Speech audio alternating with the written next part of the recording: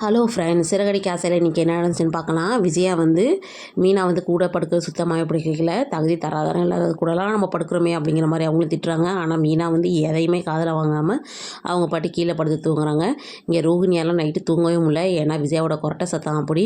அவங்க பாட்டுக்கு எழுந்துச்சி வெளியில் ஹாலுக்கு வந்துடுறாங்க. இந்த ரூமில் பார்த்தோம்னா நம்ம மீனா மாதிரியே நம்ம முத்துவும் வந்து கீழே தான் படுத்து தூங்குறாரு. ஆனால் நைட்டெல்லாம் விடிய விடிய பேசிக்கிட்டே இருக்கிறாரு. அது வந்து மனோஜுக்கு டிஸ்டர்ப் ஆகுது. ஏன்டா இப்படியே பேசிக்கிட்டே இருந்தால் நான் காலையில் எழுந்து வேலைக்கு போக வேணாமா அப்படிங்கிற மாதிரி பேசிவிட்டு அவரும் எழுந்துச்சி வெளியில் வந்துடுறாங்க. வெளியில் வந்து பார்த்தா ரோகிணி என்ன நம்ம இப்படியே தான் படுக்கணும் மாட்டேங்கே அப்படின்னு அவங்க புலம்பிகிட்டு இருக்காங்க.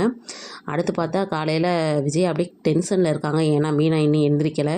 மீனா எழுந்துச்சி வந்தோடனே ஏன் இன்னும் கொஞ்சம் தூங்க வேண்டியதானே, என்னடா எழுந்திரிச்சிட்டு இருக்க உன் மனசில், எல்லோரும் வேலைக்கு கிளம்பிட்டு இருக்காங்க, சமைக்காமல் நீ பாட்டுக்கு லேட்டாக எழுந்துச்சி வர அப்படிங்கிற மாதிரி கேட்குறாங்க. இல்லத்தை எனக்கு முடியல, அதனால தான் நல்லா நைட் இழுத்து போத்திட்டு தூங்குறப்பெல்லாம் உனக்கு உடம்பு சரியில்லாமல் இருக்கும், இப்போ மட்டும் உடம்பு சரியில்லாமல் போதா அப்படின்னு சொல்லி திட்டுறாங்க. இப்போ எப்படி இவங்கெல்லாம் போகிறதுங்கன்னு உடனே மனோஜும் ரோஹிணி வந்துட்டு அத்தை முக்கியமான கிளைண்ட்டை பார்க்க போகணும், நாங்கள் வெளியே போய் சாப்பிட்டுக்கிறோங்கிறாங்க. ஸ்ருதி ரவி ஆமாம் நாங்களும் வெளில போய் சாப்பிட்றோம் அப்படின்னு சொல்கிறாங்க.